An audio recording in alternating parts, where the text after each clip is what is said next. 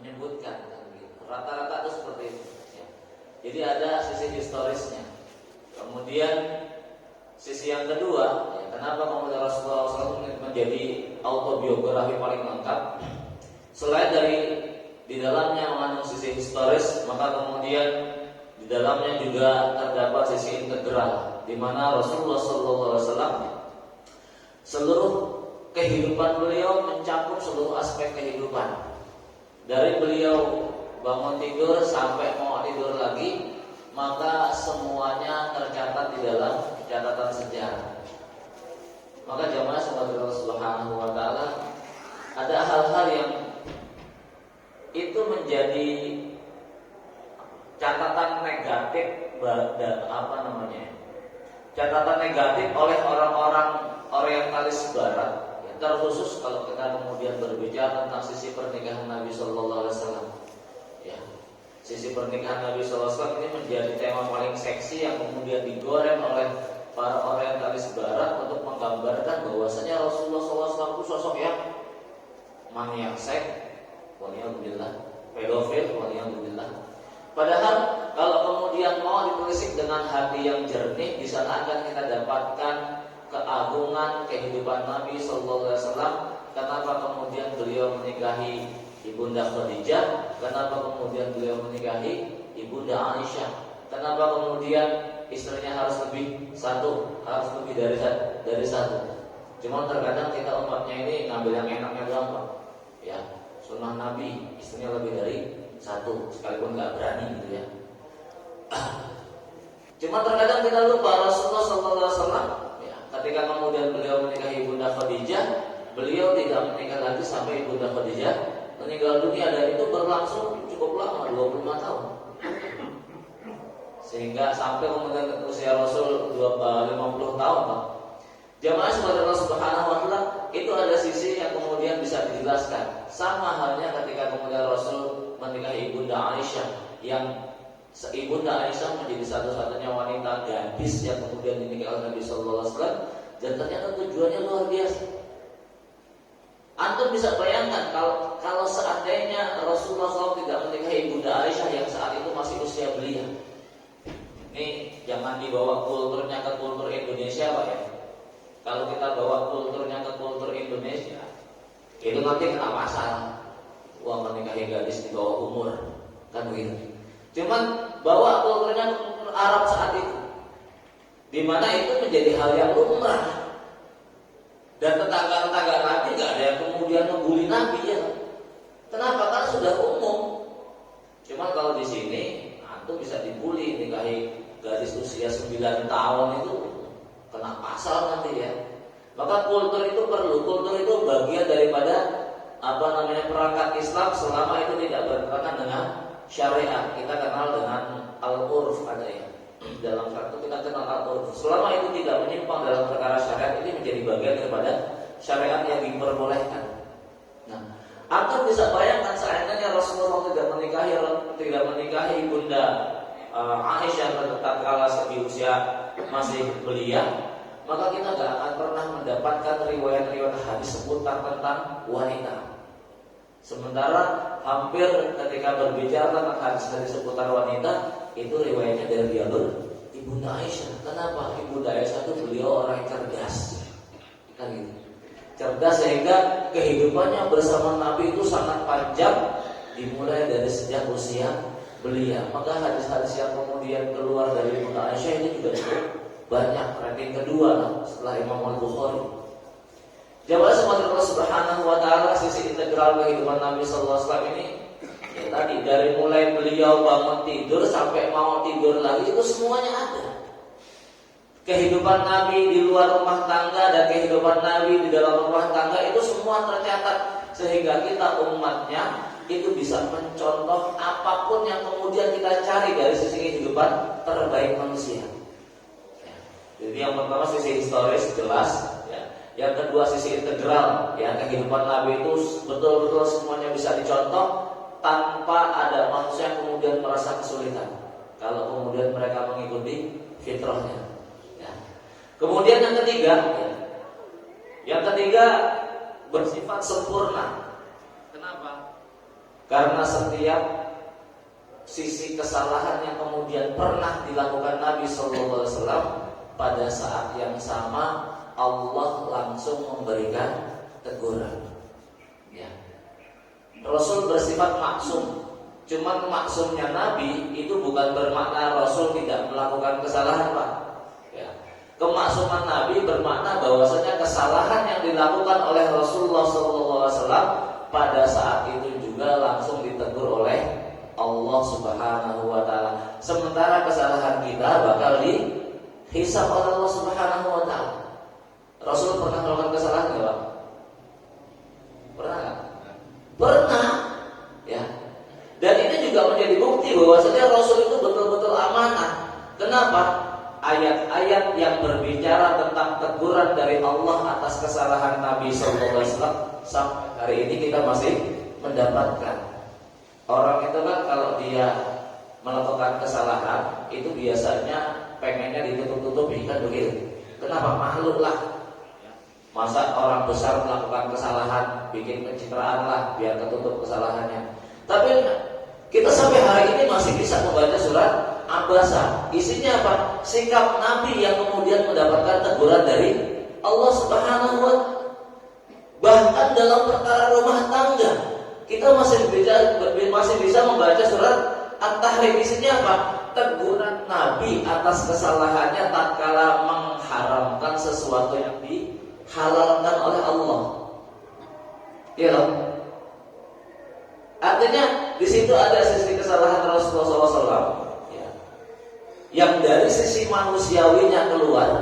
Pada saat itu Allah langsung memberikan teguran, sehingga kesalahan Nabi ini betul-betul menjadi pelajaran juga bagi umatnya. Ya. Dan disitulah justru kita mendapati betapa amanahnya Rasulullah SAW. Apapun yang kemudian disampaikan Allah sama sekali tidak ada yang disembunyikan. Surat Abasa itu jelas, ya. Allah menegur sikap muka masam Nabi SAW terhadap seorang buta datang kepada Nabi minta diajari Islam. Pada saat yang sama Rasul sedang menarik perhatian para pemuka Quraisy. Biasa yang namanya kita sedang berdakwah itu kan harapannya nih kalau pembesar negeri ini bisa ngerti dakwah kita, Masya Allah, manfaatnya luar biasa daripada rakyat jelata yang gak punya pengaruh. Itu kan logika kita manusia, ya. Logika kita Rasul saat itu seperti itu. Melihat sedang berdakwah di hadapan pemuka Quraisy, berharap mereka kemudian mau beriman. Tiba-tiba muncul Abdullah bin Ummi Maktum, ya, minta nasihat dari Nabi. Beliau seorang yang buta. Rasul melengos mukanya masam. Ini banyak ajaran lain yang kemudian Allah ajarkan kepada kita. Ya. Allah menegur Nabi abasa wa tawalla an ja'alul a'ma, telah bermuka masam ketika orang yang buta datang. Antum bisa bayangkan betapa Allah Subhanahu wa taala sedemikian latif, ya, sedemikian lembut sekali. Abdullah bin Ummi Maktum itu buta, Pak. Ya. Kira-kira ngerti gak Abdullah bin Ummi Maktum kalau Rasulullah SAW itu melengos gitu? Sementara Abdullah bin Ummi Maktum buta. Kira-kira tahu gak? Hah? Abdullah bin Ummi Maktum itu kira-kira tahu gak bahwasanya Rasul itu memalingkan wajahnya, gak mau dengerin? Kira-kira Abdullah bin Ummi Maktum tahu gak kalau kemudian Rasul itu mukanya berubah tatkala dirinya datang? Padahal Abdullah bin Ummi Maktum itu buta. Coba. Gak tahu kan? Artinya Rasul melakukan apapun Abdullah bin Ummi Maktum itu gak ngerti apa-apa. Kenapa? Karena gak bisa melihat. Cuma bisa dibayangkan Allah menegur sedemikian rupa. Ya. Padahal Abdullah bin Ummi Maktum sama sekali gak mengetahui kondisi Nabi Sallallahu Alaihi Wasallam. Namun saat itu juga Allah memberikan teguran, jangan kayak begitu. Padahal yakin Abdullah bin Umar karena beliau radhiyallahu nggak mengerti, itu hatinya juga bakal biasa-biasa saja, nggak merasa sakit hati kan? Karena nggak tahu apa yang dilakukan Nabi Sallallahu Alaihi Wasallam. Cuman bayangkan teguran Allah Subhanahu wa taala ini menunjukkan betapa Allah betul-betul ingin menjaga hati hambanya. Jangan sampai perbuatan-perbuatan kalian itu ada yang menyakiti hati sama muslim. Ini salah satu pelajaran yang bisa kita ambil dari Al-Baqarah ya, dari surat Al-Baqarah itu. Jangan sampai kok tidak perkataan kamu, perbuatan kamu itu menyakiti hati sesama muslim. Padahal sekali lagi Abdullah bin Maktum itu buta. Kalau Rasul melengos, Abdullah bin Maktum itu nggak bakal ngerti apa yang dilakukan Nabi SAW. Cuma saat itu juga kemudian Rasul ditegur oleh Allah Subhanahu wa taala. Itu yang ketiga, sempurna. Kemudian ya sisi yang keempatnya, sisi yang keempat bahwasanya kehidupan Rasulullah SAW ini bersikap aplikatif. Kita ketahui bahwa Al-Quran itu berisikan teori sempurna. Cuman tidak akan sempurna sebuah teori kecuali ketika di dalamnya juga diberikan contoh nyata dalam mengaplikasikannya. Jamaah semoga Allah Subhanahu wa taala, salah satu fungsi di Nabi itu kan buat mengajarkan kepada umatnya tata cara ibadah kepada Rabb-nya. Maka kita terlarang untuk berinovasi dalam perkara ibadah. Ya. Seorang muslim mencukupkan dirinya dengan apa-apa yang datangnya dari Rasulullah SAW, terkhusus dalam perkara ibadah-ibadah mahdhah. Karena ini menjadi tauqif ya, paket langsung dari Allah Subhanahu wa taala. Allah perintahkan, Rasul contohkan, kita ngikutin. Ya. Jadi nggak perlu inovasi bikin tata cara ibadah baru, apalagi bikin ajaran baru. Ya. Jamaah Rasul yang semoga Allah Subhanahu wa taala, Rasul itu ngasih contohnya sederhana banget. Ketika Rasul mengajarkan kepada kita tata cara sholat, beliau hanya kemudian mengatakan apa?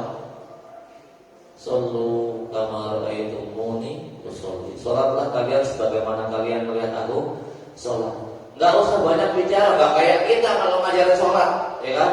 Panjang benar, butuh waktu berjam-jam tata cara sholat, sampai kemudian praktek-praktek, gitu. Jelaskan satu persatu. Rasul hanya mengatakan kepada para sahabat, "Shollu kama ra'aitumuni usolli." Sholatlah kalian sebagaimana kalian melihat aku sholat. Rasul sholat, para sahabat di belakang ngeliatin Nabi, ngikutin, selesai. Ya. Rasul ketika kemudian merintahkan para sahabat ibadah haji, Rasul hanya mengatakan apa? Khudhu anni manasikakum. Kan begitu. Ambillah dariku tata cara manasik haji kalian. Rasul kemudian masuk Mekah, ya, melakukan manasik haji, para sahabat di belakang nyontoh Nabi. Jadilah mereka haji yang mabrur. Kalau kita kan butuh waktu berjam-jam, kan begitu. Kemudian harus latihan dulu kan gitu. Para sahabat langsung beliau di belakang Nabi, nonton Nabi, selesai. Maka kehidupan Nabi bersikap aplikatif, sangat mudah kemudian dicontoh oleh para umatnya. Jamaah saudara Subhanahu wa taala, maka disinilah beberapa hal yang kemudian menjadikan kita sangat perlu kemudian untuk mengetahui kehidupan Nabi Sallallahu Alaihi Wasallam sampai kesempurnaan kehidupan beliau 24 jam itu semua tercatat, dan bukan hanya sekadar masa dewasa, dari mulai sebelum beliau lahir, bahkan beberapa tahun apapun kejadian sebelum beliau dilahirkan, ini juga ternyata tercatat. Antum bisa cari sejarah orang besar yang mana yang kemudian mencatat sekian tahun sebelum kelahiran kejadian apa yang mengiringi sampai kemudian wafatnya. Sejarah orang besar yang mana yang kemudian kita dapatkan sedemikian sempurna selain Rasulullah SAW. Ya. Maka dalam buku 100 tokoh saja itu kan yang tulis orang kafir, Pak. Cuma lumayan jujur dia. Ya. Sekalipun kemudian terkadang kita baca buku itu ya senang ya, karena memang Rasul ditempatkan di nomor pertama ya. Cuman nggak senangnya apa? Ternyata ke bawahnya ya, nomor 2, 3, 4, 5 sampai nomor 100 kecuali nomor 21 itu semua rata-rata tokoh kafir. Umar bin Khattab diletakkan di nomor 21 ya. Satu sisi kita memaklumi kenapa? Karena yang orang kafir. Cuma di sisi lain, si kafir itu cukup jujur untuk meletakkan Muhammad SAW sebagai tokoh nomor satu, ya, yang kemudian mempengaruhi kehidupan dunia, mempengaruhi peradaban dunia. Jamaah sekalian Allah Subhanahu wa taala. Itu sebagai mukadimah dari faktor yang kemudian menjadikan kita sangat muncul giroh kita untuk mempelajari kehidupan Nabi Sallallahu Alaihi Wasallam. 4 hal yang kesemuanya ini sama-sama sangat sempurna. Kemudian ketika kita berbicara tentang apa sih urgensinya, apa sih kepentingan kita, apa sih yang kemudian keuntungan kita ketika kemudian kita mempelajari sirah Nabi Sallallahu Alaihi Wasallam. Jawab Allah Subhanahu wa taala, Allah menyebutkan dalam ayatnya A'udzubillahi minasyaitonir rajim wa ma yantiqu 'anil hawa in huwa illa wahyun yuha. Tidaklah apa yang dia katakan itu keluar dari hawa nafsunya. Tidaklah yang kemudian dikatakan oleh Rasulullah SAW itu berdasarkan hawa nafsu. In huwa illa wahyun yuha. Semuanya semata-mata karena wahyu. Dalam konteks ini kita harus memahami bahwasanya ini adalah ayat Allah Subhanahu wa taala. Artinya apa? Yang memberikan rekomendasi itu langsung Allah Subhanahu wa taala, maka tidak ada ruang bagi akal untuk kemudian mengkoreksi. Jangan sampai kemudian pola pikir liberal masuk dalam akal kita. Jangan sampai kemudian pola pikir liberal ini ngacak-ngacak otak kita, ya. Allah langsung yang kemudian berikan rekomendasi, wa ma yantiqu 'anil hawa in huwa illa wahyun yuha. Rasul tidak berbicara berdasarkan hawa nafsunya. Kalau bicaranya saja nggak pakai hawa nafsu, maka amal nyatanya juga nggak mungkin pakai hawa nafsu. Maka harus difahami bahwasanya 24 jam apa yang dilakukan Nabi itu semuanya wahyu dari Allah Subhanahu wa taala. Nanti ada bayannya sedikit-sedikit dalam perkara-perkara yang kemudian di situ para sahabat punya komentar, maka komentar para sahabat pasti bertanya dulu kepada Nabi, ya Rasul, ini wahyu atau bukan? Ya. Ini wahyu atau hanya berdasarkan strategi? Nah, Rasul kan jelaskan, ini strategi saja, kalian boleh usul. Seperti dalam kasus perang Badar, ketika kemudian menentukan posisi tempat pasukan, maka ada sahabat yang mengatakan, ya Rasul, apakah ini berdasarkan wahyu atau semata-mata strategi tempur kita? Nah, Rasul mengatakan ini wahyu, ini semata-mata strategi tempur. Kalau memang ini berdasarkan wahyu, maka kami gak akan kemudian mengusulkan sesuatu. Kalau hanya sekedar strategi tempur, posisi kita kurang pas. Ya, kalau boleh saya usul, lebih mendekat ke mata air Badar, supaya musuh gak dapat air, kita bebas menguasai air. Nah, ini ya, seperti itu. Termasuk dalam perkara-perkara dunia, ya, dalam perkara dunia tatkala Rasul hijrah ke Madinah, penduduk Madinah itu kan kulturnya apa? Pekerjaannya apa? Petani. Sementara kalau Mekah apa? Mekah pedagang, ya. Maka para pedagang itu nggak ngerti dunia pertanian, ya. Ketika kemudian Rasul melihat para sahabat Madinah ini menanam, ya, dengan tata cara yang mereka pahami, Rasul coba ngasih usul. Usulnya Rasul dilakukan oleh para sahabat, ternyata hasil buahnya justru malah menurun. Para sahabat komplain, tanda kutip, ya Rasul, kamu mengikuti perintah Anda buat tanam kurma begini, kok hasilnya malah minim. Ya, disitulah kemudian keluar hadis, antum a'lamu bi umurid dunyakum. Kalian lebih tahu tentang urusan dunia kalian. Ya, Rasul lebih faqih dalam perkara din, perkara dunia cocok tanam, bukan kulturnya Nabi sallallahu alaihi wasallam. Maka kemudian Rasul bebaskan lagi para sahabat, ya sudah, silakan sesuai dengan apa yang biasa kalian lakukan dalam hal cocok tanam. Jamaah sekalian Allah Subhanahu wa taala,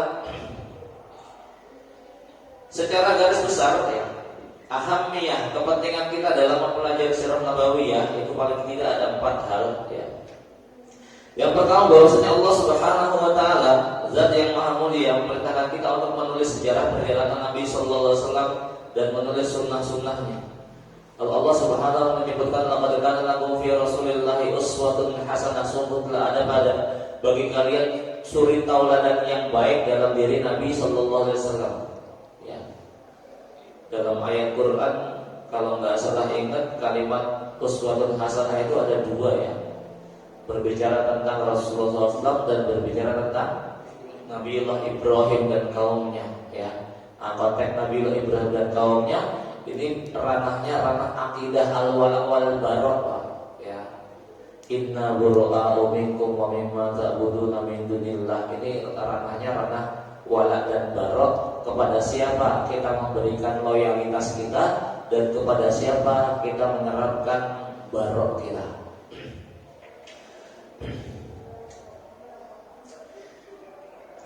Itu yang pertama ya. Allah perintahkan kita untuk mencatat, menulis ya, dengan ayatnya secara umum yang namanya uswah hasanah. Tentunya pasti di sana ada orang-orang yang kemudian memang Allah hadirkan untuk memberikan catatan nyata tentang perjalanan kehidupan seorang hamba. Yang kedua, kita mempelajari sirah Nabi sallallahu alaihi wasallam merupakan sejarah perjalanan manusia paling mulia. Allah Subhanahu wa taala ingin menghadirkan masalul contoh yang paling luar biasa, contoh yang paling sempurna, contoh yang paling tinggi, di mana kita nggak akan pernah mendapatkan satu celah pun ketika hati kita jernih, ya. Kita nggak akan mendapatkan satu celah pun dari setiap sisi kehidupan Nabi Sallallahu Alaihi Wasallam. Cuman memang beda Pak, kalau memang hati seseorang itu sudah kotor, maka dia bisa melihat sesuatu yang buruk di tengah-tengah lautan kebaikan. Ya. Orang kalau hatinya kotor, dia bisa menemukan sesuatu yang buruk di tengah-tengah lautan kebaikan. Dia bisa melihat setetes air yang keruh di tengah-tengah lautan air yang jernih. Itu kalau orang hatinya buruk kayak begitu Pak.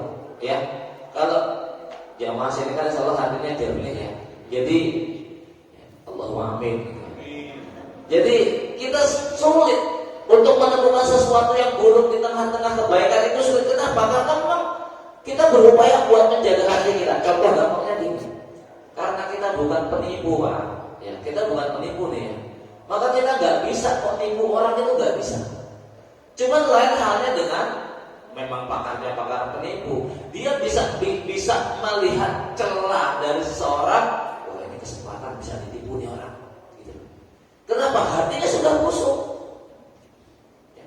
Orang itu kalau hatinya busuk, dia bisa melihat sedikit celah sekalipun itu kecil untuk melakukan keburukan.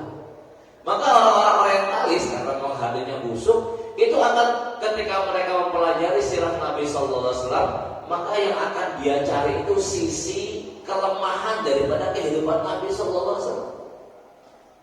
Sama sebagaimana orang-orang munafik, orang-orang fasik, orang-orang zindik, ketika kemudian mereka mempelajari Quran, itu mereka akan menemukan sisi-sisi yang bisa mereka goreng untuk kemudian dibawa ke permukaan, ya, dijadikan hot isu, ya, kemudian buat menyerang kaum muslimin. Itu kayak begitu. Ya. Maka kita mohon kepada Allah agar Allah memberikan kita hati yang jernih, hati yang bersih, sehingga kita bisa menghadap kepada Allah dengan hati yang salim. Dia masuk kepada Allah Subhanahu wa taala. Kita mempelajari sirah Nabi SAW karena merupakan sejarah perjalanan manusia yang paling yang mulia sepanjang sejarah, dan sejarah perjalanan penghulu anak Adam alaihissalam. Sebagaimana sabda Nabi SAW, "Ana sayyidu waladi Adam yaumal qiyamah." Aku adalah sayyid, penghulu anak cucu Adam pada hari kiamat. Ya. Jamaah sahabat Allah Subhanahu wa taala. Ya, hadis ini juga menjadi alasan sebagian yang kemudian membolehkan menyebut Nabi dengan Sayyidina Muhammad, ya. Artinya kita sudah pernah berbicara ketika bersolawat kepada Nabi Sallallahu Alaihi Wasallam terkhusus dalam sholat, ya, maka praktek sholat dan semua bacaan-bacaannya itu tidak boleh kurang, tidak boleh lebih. Ya, praktek sholatnya seperti itu, zikir yang dibaca ketika sholat seperti itu, nggak ada yang boleh berubah, nggak ada yang boleh menyimpang dari apa yang dicontohkan Nabi Sallallahu Alaihi Wasallam. Adapun di luar sholat, nah ini para ulama berbeda pendapat. Maka dalam perkara sholawat, ya, di luar sholat mereka ada yang bolehkan dengan kalimat Sayyidina Muhammad. Bukan ada contohnya. Ya, secara umum hadisnya Rasul menyebutkan Ana Sayyidu waladi Adam. Rasul saja menyebut dirinya Sayyid. Sayyid itu kan artinya tuan, penghulu gitu loh. Nah, kalau yang perempuan kan Sayyidah, maka di Jawa disingkat jadi Siti.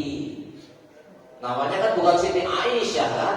Ya, Ibunda Aisyah kan namanya bukan Siti Aisyah, cuma kalau di Jawa maksudnya Ibunda Siti Aisyah gitu ya. Namanya kan cuma Aisyah, Siti Khadijah. Namanya kan cuma Khadijah doang kan, ya. Cuma karena masuk di Jawa jadinya Siti Sayyidah Aisyah, Sayyidah Khadijah. Kayaknya kesuwen kalau ada Sayyidah gitu ya. Singkat saja Siti. Jamaah saudara subhanahu wa ta'ala. Kemudian poin berikutnya kita mempelajari sirah Nabi sallallahu alaihi wasallam untuk memahami kitabullah. Mempelajari sirah Nabi sallallahu alaihi wasallam. Ya. Ini bagian terpenting daripada kita memahami kitabullah, memahami Al-Qur'an. Kalau Allah Subhanahu wa taala menyebutkan bahwasanya Al-Qur'an itu sebagai tibyanan likulli syai', penjelas segala sesuatu, jangan difahami bahwasanya segala sesuatu pasti sudah dijelaskan di dalam Al-Qur'an secara letter tuh ya. Kalau letternya kayak begitu mau setebal apa itu Quran? Maka masuk di dalam makna tibyanan likulli syai' adalah semua apa yang dilakukan oleh Nabi sallallahu alaihi wasallam dan apa yang diucapkan oleh Nabi sallallahu alaihi wasallam, yang ini kemudian kita kenal dengan sunnah ataupun hadis. Ya, sunnah dalam istilah ya. Kalau sunnah secara fikih itu kan apa? Sunnah secara fikih itu apa? Kerjakan dapat pahala, ditinggalkan gak apa-apa. Ini yang bikin kita terpuruk sebelumnya. Padahal takor itu Pak. Kalau kita memahami sunnah secara fikih itu dikerjakan gak apa-apa, ditinggalkan gak dapat pahala, itu takor banget kita. Ya sementara yang wajib saja kita pas-pasan, kurang malah gitu ya. Kok gak mau ngerjain yang sunnah? Maka harus memahami sunnah secara fikih itu dikerjakan dapat pahala, gak dikerjakan ya rugi kita. Ya, kenapa? Seandainya dari mulai bayi sampai mau meninggal dunia itu kita bisa sujud terus, itu saja nggak cukup, ya, masih merasa kurang. Apalagi kalau kemudian kita hitung ibadah mahdhah kita itu sangat minim. Salat sehari semalam itu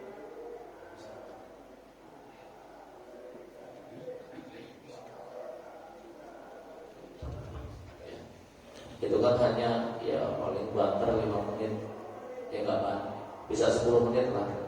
Cuma kalau sampai 15 menit biasanya jamaah teriak ya. Apalagi yang sebut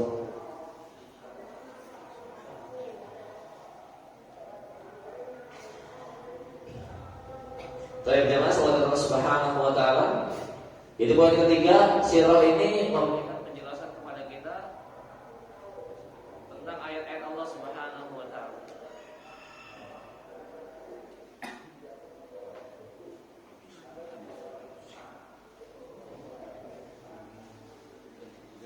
Maka ketika berbicara tentang Quran itu kan di sana ada ilmu tafsir. Yang terbaik ada tafsir bil Quran, menjelaskan satu ayat dengan ayat yang lain. Ketika tidak didapati ayat, maka menjelaskan ayat dengan hadis-hadis Nabi sallallahu alaihi wasallam. Cuman perlu sangat dihindari ketika kemudian berbicara tentang Al-Quran hanya mengandalkan ra'yu. Bukan perlu lagi, harus dihindari ketika berbicara Quran hanya mengandalkan ra'yu. Likulli ra'sin ra'yu, setiap kepala itu punya pendapat masing-masing. Maka ketika berbicara tentang Quran harus disandarkan kepada hadis-hadis Nabi Sallallahu Alaihi Wasallam. Ya, jangan kemudian mengandalkan pemikiran kita masing-masing. Karena yang namanya Quran, Pak, itu mau dibawa ke arah mana saja bisa. Sesuai selera kita itu bisa. Ya. Maka kita memahami Al-Quran dan As-Sunnah itu ala fahmi sahabat, sesuai dengan bagaimana para sahabat memahami. Al-Quran dihadirkan, Sunnah Nabi dihadirkan. Apalagi kita harus memahami bagaimana para sahabat memahami keduanya. Kenapa kok tolok ukurnya harus para sahabat? Ya jelaslah, para sahabat menjadi generasi yang menemani Nabi Sallallahu Alaihi Wasallam. Ya, itu masuk dalam Quran. Beliau juga kemudian menyebutkan, maka muta'assiyan, barang siapa yang ingin mengambil contoh, maka ambillah contoh dari ashabul Rasulullah Sallallahu Alaihi Wasallam. Ambillah contoh dari sahabat-sahabat Nabi Sallallahu Alaihi Wasallam. Mereka adalah kaum yang paling mendalam ilmunya, paling sedikit takallufan, paling sedikit memberikan beban. Maksudnya paling sedikit takallufan itu enggak memberatkan diri gitu loh.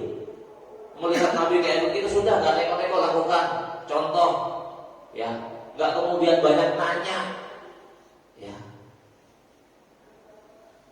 Jemaah subhanahu subhanahu wa ta'ala. Kenapa tadi kita katakan Al-Quran itu mau dibawa kemana saja itu bisa. Maka harus ada tolak ukurnya, harus ada standarnya. Ya. Kita sepakat bahwasanya standar kebenaran yang kemudian kita miliki Quran dan As-Sunnah. Ya. Maka cara untuk memahami Quran dan As-Sunnah itu juga memiliki standarnya. Apa? Ala fahmi sahabat, bagaimana para sahabat memahami. Mereka satu-satunya generasi yang menemani Nabi Sallallahu Alaihi Wasallam. Mereka tahu kapan ayat itu turun. Mereka tahu dalam kondisi apa ayat itu turun. Ya. Kalau kemudian kita memahami Al-Quran berdasarkan ra'yu kita, pola pikir kita. Ada satu kasus, ada seseorang sedang minta di kuburan, Pak. Ya, minta di kuburan. Kemudian ada kawan saya sebetulnya, beliau cerita itu kemudian menasehati orang tua rada sepuh minta di kuburan. Kemudian dinasehati kawan saya, perkara kayak gitu kan gak boleh, ya. Malah dibalik, ya. Sampean mesti gak pernah baca Quran gitu. Terus ngaji saya yang benar, gitu kan. Ngaji saya orang sudah sepuh, sampai mesti nggak pernah baca Quran. Ngaji saya yang benar. Yang Allah saja menyebutkan, Allah menyebutkan wala taqulu liman yuqtalu fi sabilillahi amwat. Tuh lihat ayatnya ada. Allah nggak nyebut mereka mati. Saya nggak minta sama orang mati. Orang yang syahid itu Allah nggak katakan mereka mati. Para wali Allah itu Allah nggak katakan mereka mati. Mereka masih hidup, maka boleh minta sama mereka. Benar kok? Benar. Ya. Kenapa? Ra'yu lagi yang pakai masalahnya kan begitu. Padahal ayat itu yang surat Ali Imran itu kan berbicara tentang seorang sahabat luar biasa. Ya. Sahabat siapa? Wala taqulu liman yaqtalu fi sabilillahi amwat. Itu kan berbicara tentang seorang sahabat Abdullah bin siapa bapaknya Jabir? Saya lupa. Abdullah namanya ya, ayahnya dari Jabir. Ketika kemudian Abdullah ini syahid, masya Allah kondisi tubuhnya luar biasa, hampir gak ada yang mengenalinya. Cuman Allah berikan kemuliaan ketika kemudian Rasul mendapati sang putra yaitu Jabir. Rasul mengatakan kepada Jabir, wahai Jabir, tahukah kamu apa yang Allah lakukan kepada orang tuamu? Apa kemuliaan yang Allah berikan kepada orang tuamu? Tidaklah Allah berbicara kepada makhluknya kecuali di balik tabir. Coba ketika Allah berbicara kepada orang tuamu, Allah buka itu tabir. Allah. Ya. Antum bisa bayangkan seorang hamba biasa manusia, Allah berikan kemuliaan sedemikian rupa. Kenapa? Kecintaannya kepada syahadat. Kecintaannya kepada syahadat. kecintaannya kepada mati syahid. Ketika pemuda Allah hadirkan mereka, Allah tanya apa yang kalian butuhkan. Karena sudah mendapatkan berbagai macam nikmat, maka mereka yang syahid ini, ya kami gak butuh apa-apa lagi. Allah tanya terus, apalagi yang kalian butuhkan, apalagi yang kalian butuhkan. Sampai kemudian bahasa kasarnya daripada ditanya pun udahlah kita jawab, ya Allah, kami ingin Engkau hidupkan kami di dunia, kemudian kami berjihad, syahid lagi, hidupkan lagi, perang lagi, syahid lagi, hidupkan lagi, perang lagi, syahid lagi. Kata Allah, sudah menjadi ketentuanku yang mati gak bisa balik. Kenapa? Ada barzakh masalahnya. Ya, ada barzakh. Ada barzakh, jarak antara kehidupan dan kematian, antara alam dunia dengan alam akhirat, itu ada yang namanya barzakh. Mereka yang sudah melewati barzakh nggak mungkin bisa tembus balik lagi, itu nggak mungkin. Ya, kalau bisa tembus balik bukan barzakh namanya. Ya, karena barzakh kalau sudah masuk nggak mungkin bisa keluar. Jemaah sekalian subhanahu wa ta'ala, jadi itu yang ketiga, dalam memahami Quran dan Sunnah, mustahil kita bisa memahami tanpa mengerti sirah Nabi SAW. Karena masing-masing ayat itu kan turunnya bertahap, ya, sesuai dengan kepentingan saat itu, ya, sesuai dengan kondisi saat itu. Rasul sedang bersedih, Allah turunkan ayat bercerita tentang ayat-ayat tentang kisah-kisah untuk menghibur. Ketika Rasul membutuhkan hukum, ada sahabat tanya, Rasul belum ngerti jawabannya, Rasul nunggu, maka turun ayat memberikan jawaban atas pertanyaan para sahabat. Ketika kemudian orang-orang kafir menantang, Rasul diam, turun ayat untuk memberikan bantahan terhadap orang-orang kafir sesuai dengan kondisi yang dibutuhkan saat itu. Ya. Maka nggak mungkin kita bisa memahami Quran ketika kemudian kita memisahkan Quran dengan sirah Nabi SAW. Sementara sirah Nabi itu bagian daripada Quran. Kan begitu. Ya. Jawab semoga Allah Subhanahu wa ta'ala. Sebagaimana tadi kita katakan, maka poin nomor 4, di antara prinsip yang wajib diketahui oleh seorang hamba, ya, setelah kewajiban mengenal Allah dan agama, adalah kewajiban mengenal Rasulullah Sallallahu Alaihi Wasallam. Ya. Maka paling nggak poin-poin kita mengenal Nabi itu yang pertama mengenal nasab beliau, perkara nasab dari jalur bapak, dari jalur ibu, ya. Ini juga mengandung pelajaran pentingnya kita mengetahui ilmu nasab, Pak. Cuma memang di Jawa kayaknya kurang ini ya, kurang antusias belajar nasab itu. Padahal sebetulnya ini sangat urgent, sangat penting juga. Kenapa? Supaya kita ngerti jalur kita ke atas itu. Terah kita punya karya besar, keluarga besar kita tuh punya karya fenomenalnya itu apa gitu. Ya. Ini salah satu, sekali lagi salah satu hikmah juga kenapa kok Islam itu diturunkan di bumi Arab. Ya. Salah satu hikmahnya karena salah satu bangsa yang kemudian menjaga nasab itu bangsa Arab itu. Jadi ketahuan jelas jalurnya ini jalur orang-orang soleh, jalur orang-orang baik semua gitu. Maka salah satu yang kemudian kita pelajari tentang Rasul itu nasabnya, ya. Kemudian selain daripada nasab, mengenal tempat tanggal lahir serta tempat hijrahnya. Nanti akan kita dapatkan ketika berbicara tentang tanggal lahir, itu juga para ulama berbeda pendapat, ya, di mana perbedaan pendapat itu juga memiliki hikmah. Kemudian berikutnya mengenal masa kenabian, yaitu selama 23 tahun. Ya, ini kemudian menjadi masa-masa yang semuanya menjadi dalil bagi kehidupan kita dalam perkara ibadah kepada Allah. Kemudian selama 23 tahun, 13 tahun di Mekah, 10 tahun di Madinah. Apa saja poin-poinnya ketika di Mekah, 13 tahun di Mekah dengan 10 tahun di Madinah itu kan berbeda, Pak. Ayat-ayat yang turun juga berbeda. Karakter antara surat Makkiyah dengan surat Madaniyah juga berbeda. Ya. Apa bedanya Makkiyah dengan Madaniyah, Pak? Kalau Makkiyah itu apa? Surat atau ayat Makkiyah itu apa? Halo? Apa bedanya ayat-ayat Makkiyah dan ayat Madaniyah?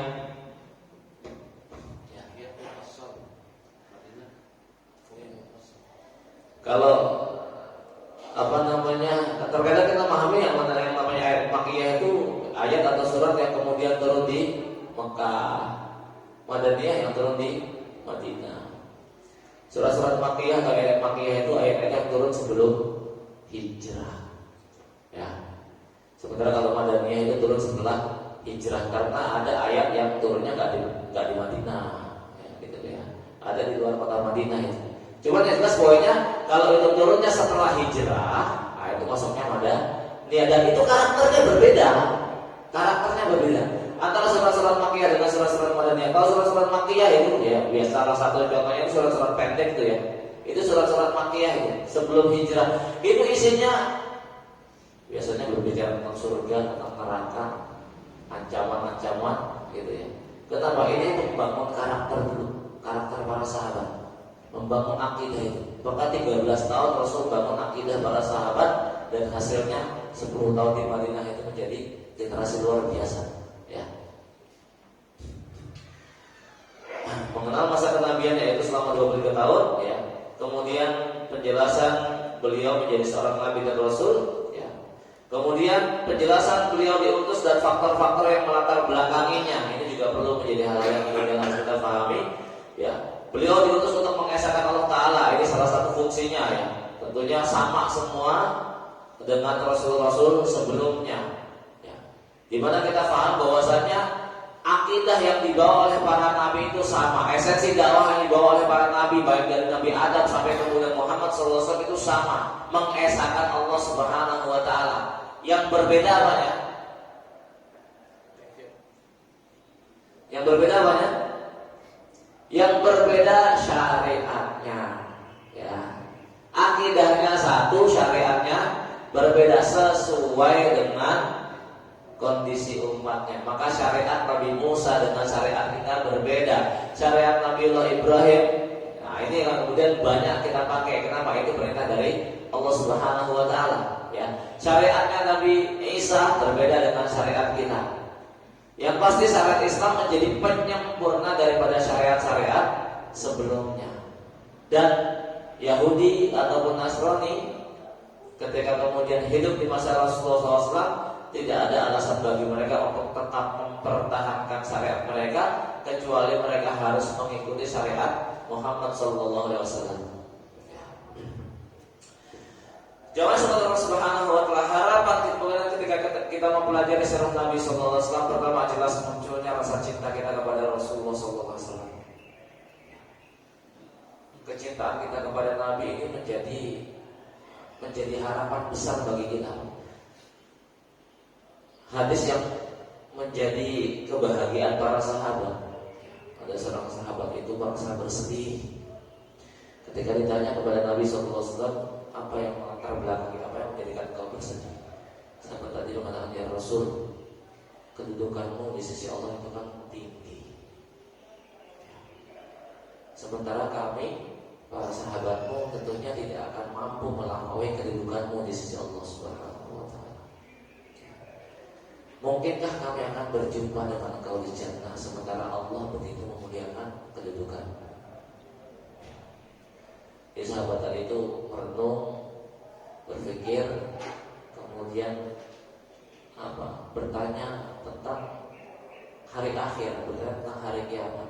Ketika ditanya sama Nabi, kemudian jawabannya kayak begitu, Nabi mengatakan, memang apa yang sudah kamu persiapkan? Maka sahabat tadi mengatakan, persiapan saya gak banyak ya Rasul. Persiapan saya hanya besarnya kecintaan saya kepada Anda. Maka Rasul memberikan jawaban hiburan luar biasa yang ini menjadi hadis yang paling membahagiakan para sahabat. Ya, al-mar'u ma'aman ahabba, atau maqala alaihi salatu wassalam. Seseorang itu akan dikumpulkan oleh Allah di jannah bersama dengan siapa yang dia cintai. Sehingga para sahabat memahami sekalipun kedudukan antara Nabi dengan para sahabat itu secara makomnya berbeda di hadapan Allah Subhanahu wa Ta'ala. Maka ketika para sahabat ini mencintai Nabi dengan sebenarnya rasa cinta, ada harapan berkumpul lagi bersama Nabi sallallahu alaihi wasallam. Ya maksudnya Allah Subhanahu wa Ta'ala. Kalau kita berbicara jujur dengan hati kita, siapa di antara kita yang kemudian tidak mencintai Nabi? Secara lisan pasti semuanya akan mengatakan kami cinta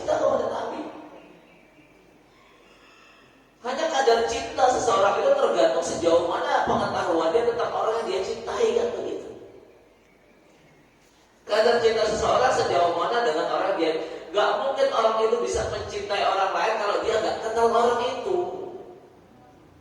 Maka kita berharap dengan kita mempelajari sirah Nabi Sallallahu Alaihi Wasallam, sekalipun dalam arti fikihnya, akan muncul semakin besar muncul kecintaan kita kepada Nabi. Kenapa? Ini juga menjadi yang sesuatu yang kemudian Allah tetapkan, qul in kuntum tuhibbunallaha fattabi'uni. Cinta kita kepada Allah berbanding lurus cinta kita kepada Nabi Sallallahu Alaihi Wasallam. Gak mungkin kemudian seorang hamba dikatakan mencintai Allah kalau kemudian gak mengikuti jalan Nabi. Gak mungkin kemudian seseorang mengikuti jalan Nabi kalau kemudian dia gak kenal tentang Nabinya. Maka ini sebetulnya seperti mata rantai saling berkaitan. Itu harapan kita yang pertama. Semakin muncul rasa cinta, semakin muncul rasa hormat, semakin muncul rasa takjub. Kemudian harapan berikutnya menjadikan Muhammad SAW sebagai teladan. Setelah kemudian kita pelajari, berupaya kemudian mencontoh, karena tidak ada kehidupan Nabi yang beliau lalui kecuali pasti umatnya bisa mencontoh. Setiap nafas yang keluar dari Nabi itu menjadi syariat bagi kita, dan tidak ada syariat kecuali setiap umat, setiap manusia pasti mampu melakukannya. Kalau kok ada salah seorang nggak mampu melakukannya, itu bukan syariat, Pak. Ya, nih syariat itu sesuatu yang sudah Allah tetapkan.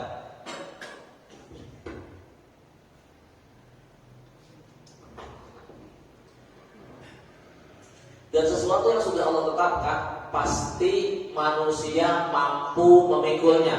Iya, Pak ya. Contoh nih, kita bercontoh ya. Sholat itu ketika kita bicara tentang mi'raj, sholat itu kan di peristiwa mi'raj ya. Sholat itu pada awalnya berapa kali sehari semalam? Berapa kali? 50 kali waktu sholat. Ya. Di dalam peristiwa mi'raj kan gitu. 50 kali waktu sholat, kemudian balik Rasul ketemu Nabi Musa, ya, dengan yang kelima kalau nggak salah ya. Kemudian kata Nabi Musa, balik lagi umatmu gak akan sanggup. Balik lagi, kasih korting, bolak-balik sampai kemudian 5. Kira-kira nih Pak, ya. Kira-kira seandainya Allah tetap menetapkan sehari semalam 50 kali waktu sholat, kira-kira manusia sanggup nggak? Coba, ayo. Ini hati-hati nih.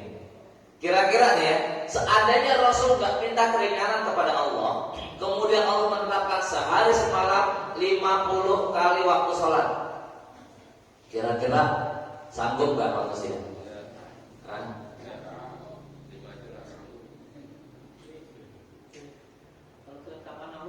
Sanggup. Allah gak menentukan sesuatu secara main-main.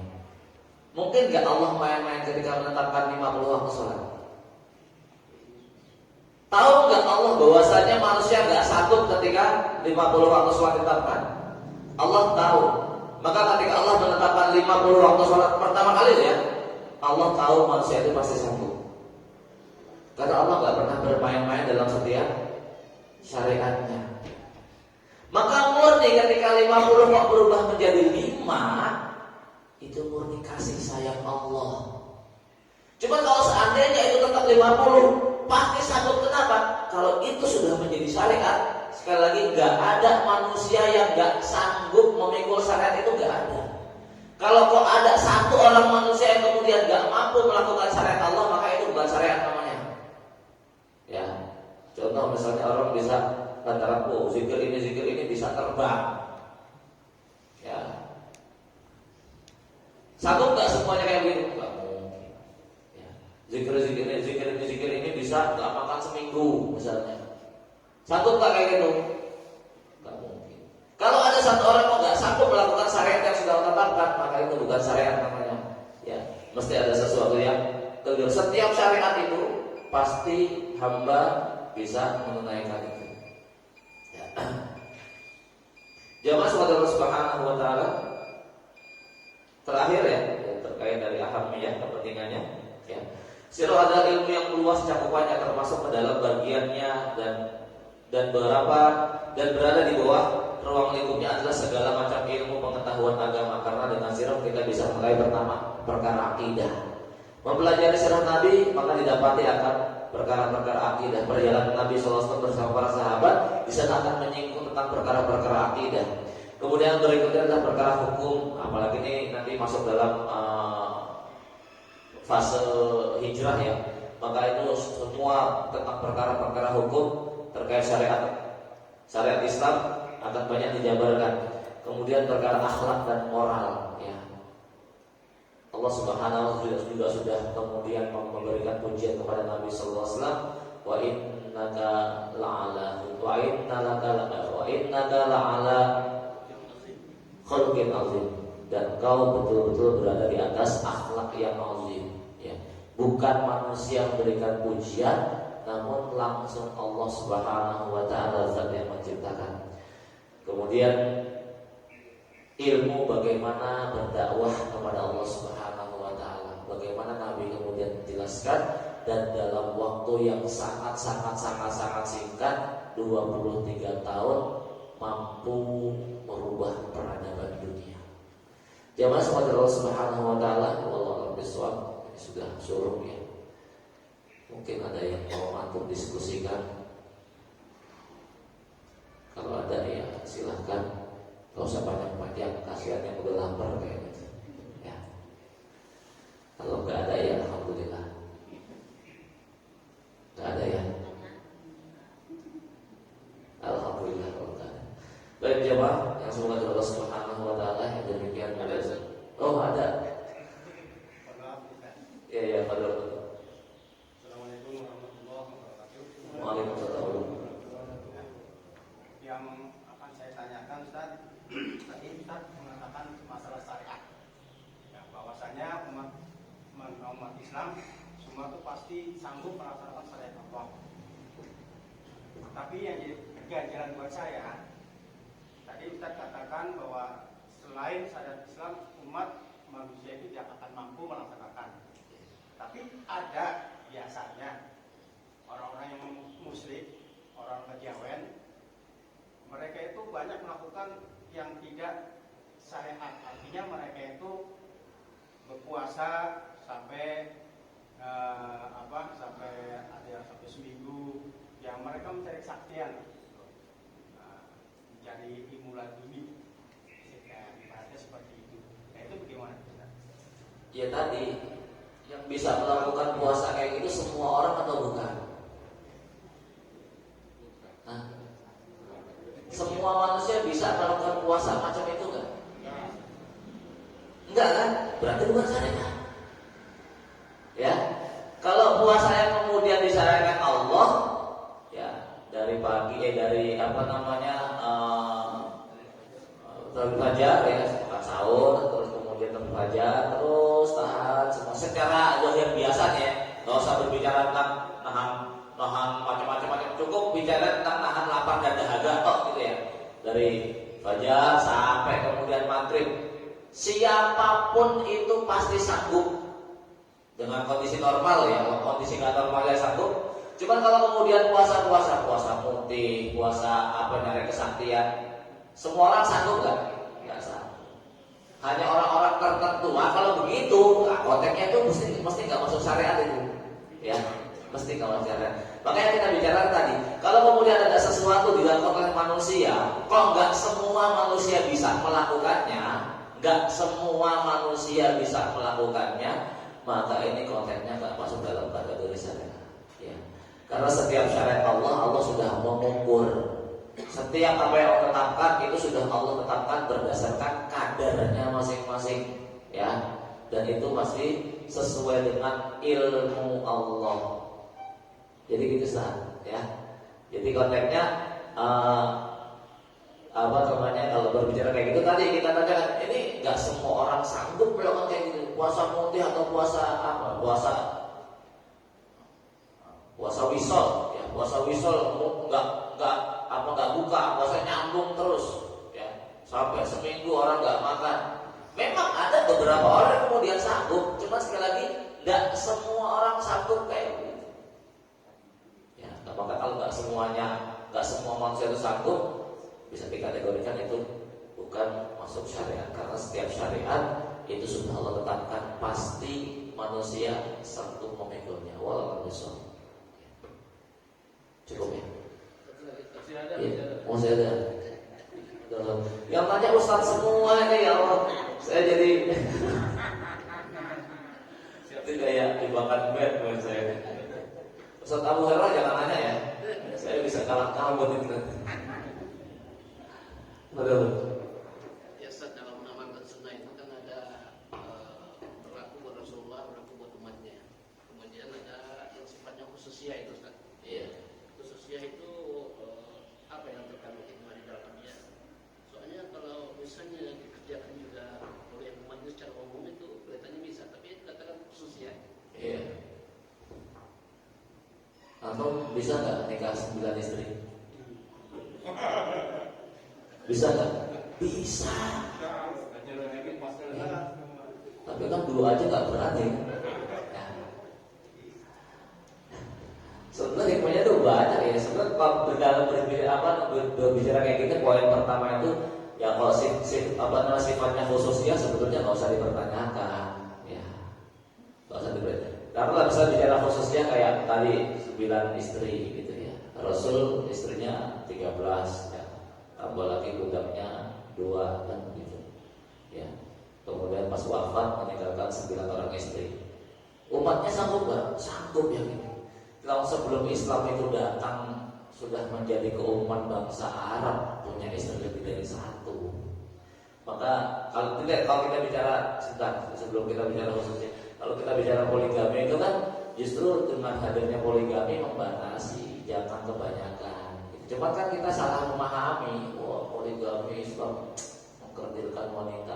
Padahal justru dengan ada syariat poligami itu membatasi.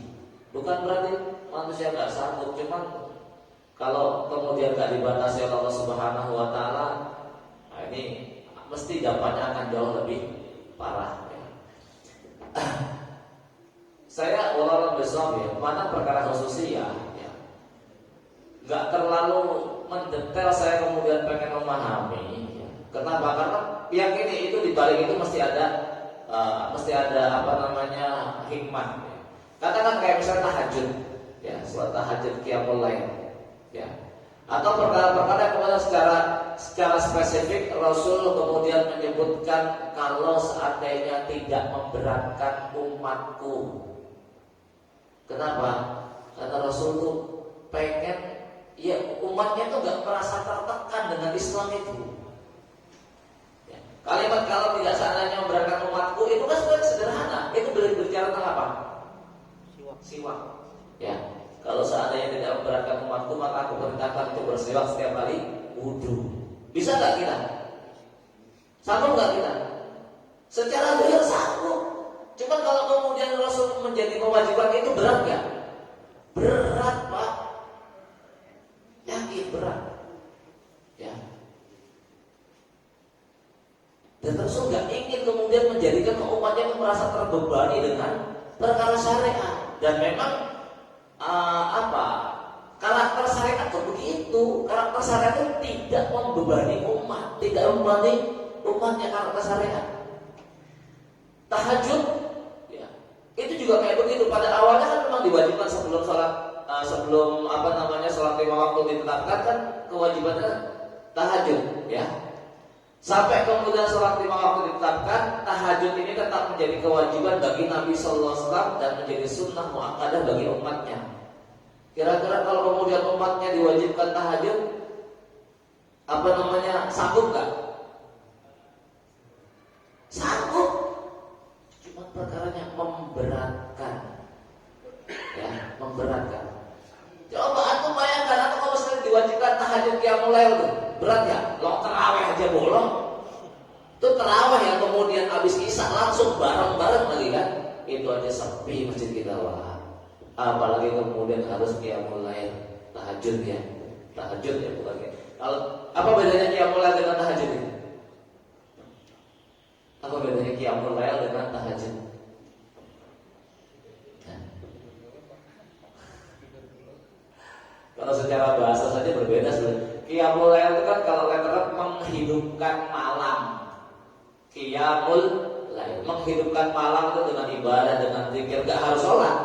Jadi misalnya apa namanya antum dari Isya dari Isya itu sampai bukan dari Isya sampai subuh ya, ada waktu antara Isya sampai subuh itu kemudian antum bisa berzikir, qiraatul Quran masuk dalam kategorinya qiyamul lail. Cuma logikanya kurang afdol aja kalau bukan kurang afdol ya.